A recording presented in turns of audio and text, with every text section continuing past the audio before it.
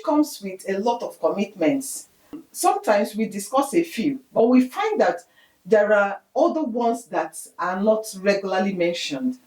But we have said in one of my videos that in a marriage, you have this commitment, the duty to love your spouse, to love the person you are in a relationship with, that it is your responsibility to love yourselves in that relationship. Today, I will be talking about another commitment that you have to bear in marriage, and that is the commitment to keep your marriage working, to keep it going, to keep it thriving. It is you that will make the commitment to make sure that that marriage works. And so today I'm talking about the commitment to the marriage that you are in, aside from committing to loving yourselves.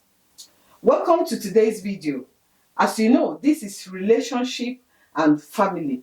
And if you have not subscribed yet to this channel, please go ahead and subscribe and hit the notification bell so that every time we upload new video, you will get to see it and know about it. Also, remember to like the video and share it to your friends and family if you do like the content. And before you go, leave us some comments. They do help us to know the kind of things that you want us to be talking about on this channel. Well, let's get into today's video. Commitment to your marriage, to make it work, to make sure that it thrives, to make sure that it lasts as long as it's supposed to be, and to make sure that it sells smoothly, that there are not many hiccups. You cannot avoid hiccups. You cannot avoid certain things. There are challenges that you will have to face in marriage. But if you commit to making sure that it works and give it your best shot, then those will be limited. And that's what I am talking about today. There are a lot of things that will mean that you are keeping a commitment to your marriage. As you know, there are a lot of things that have to be in place for marriage to be, for it to be that you are in a marriage. At least, for instance, you have to have a house, and for some people you have to have a means of transportation.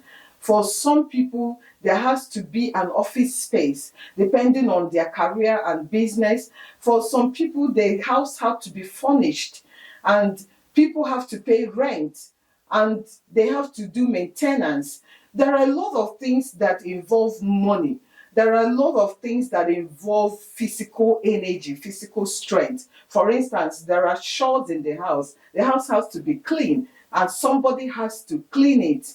And if you don't have servants and maids or helpers, house helps, one of you will have to do it, or both of you will have to get involved in cleaning, in washing, and making sure that everywhere is tidy. Somebody had to go to the market to do shopping, and somebody had to do the decoration, all of these things. And again, when you have children, somebody had to attend to the children, and sometimes it's not something that one person will have to do. It's everyone's hands on deck, as you know. And in some parts of the world, you cannot run away from it, whether you be man or woman. So these things are part of what made the marriage, and you have to make a commitment to making sure that they are functioning, that every bit of thing is being done. Because when one is not done, if you slack in the ones that you assign to yourself, so both of you agree that you have to carry, or if you slack in doing it when you are supposed to do it, then you will find that the marriage will become sick. The marriage will be failing. And that is why you find today that a lot of people love themselves very well, because they have made a commitment to loving themselves. But they still have a failed marriage. They still have their marriages fall apart, and some end up even dissolving the marriage. And you wonder what happened. It's not that they have fallen out of love. It's not that they don't love themselves, because you find that some of them, even when they have separated or have divorced, they still kind of like themselves. It's not so much of failing in their commitment to loving themselves. It's just that they failed in their commitment, or one of them failed in his or her commitment to the marriage that they came into. So today I want to kind of remind you of the importance of keeping the commitment, your side of the responsibility to the marriage, bearing it and exercising your duties in that marriage so that the marriage can work. If it is your duty to pay the bills, make sure that you pay them. If it's your duty to go to the market, make sure that you go to the market. If it's your responsibility, and I don't mean to divide these responsibilities, because personally I believe that is what everybody should be doing when they can and as much as they can, depending on the time that they have. So I believe that everybody's hands should be on deck. And you remember that when things are done together, it goes faster and everybody relaxes. After all, it's what two of you are doing for yourselves, as my people will say. So if it is that you are the one responsible for cooking today, make sure that you cook and serve the other person. If it's your job to clean the house, clean it. Because if you don't, it's going to affect the running of that marriage. As an organization, it's going to affect it. Things will start falling apart. By the time another person will finish their own duties and come to pick up yours, you find that they are tired and they are grumpy and they are resentful, and then things will not be working. So please find a way, and I believe that couples should find a way that they will make that marriage work. At least know what their duties and responsibilities are so that they can commit to it and make sure that they don't slack in it.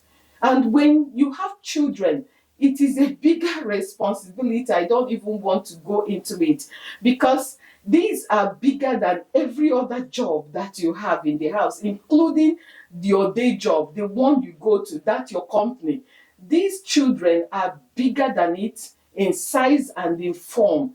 So if you have children, then you have to really sit down and talk about how this responsibility and duties will be carried out so that everyone is committed to it, to make sure that the running of the marriage keep going. Remember, like as I mentioned communication now, I remember that I've done a video on communication and why you should talk about anything and everything. And if you have not watched that video, I'm going to put the link at the description for you to go and watch.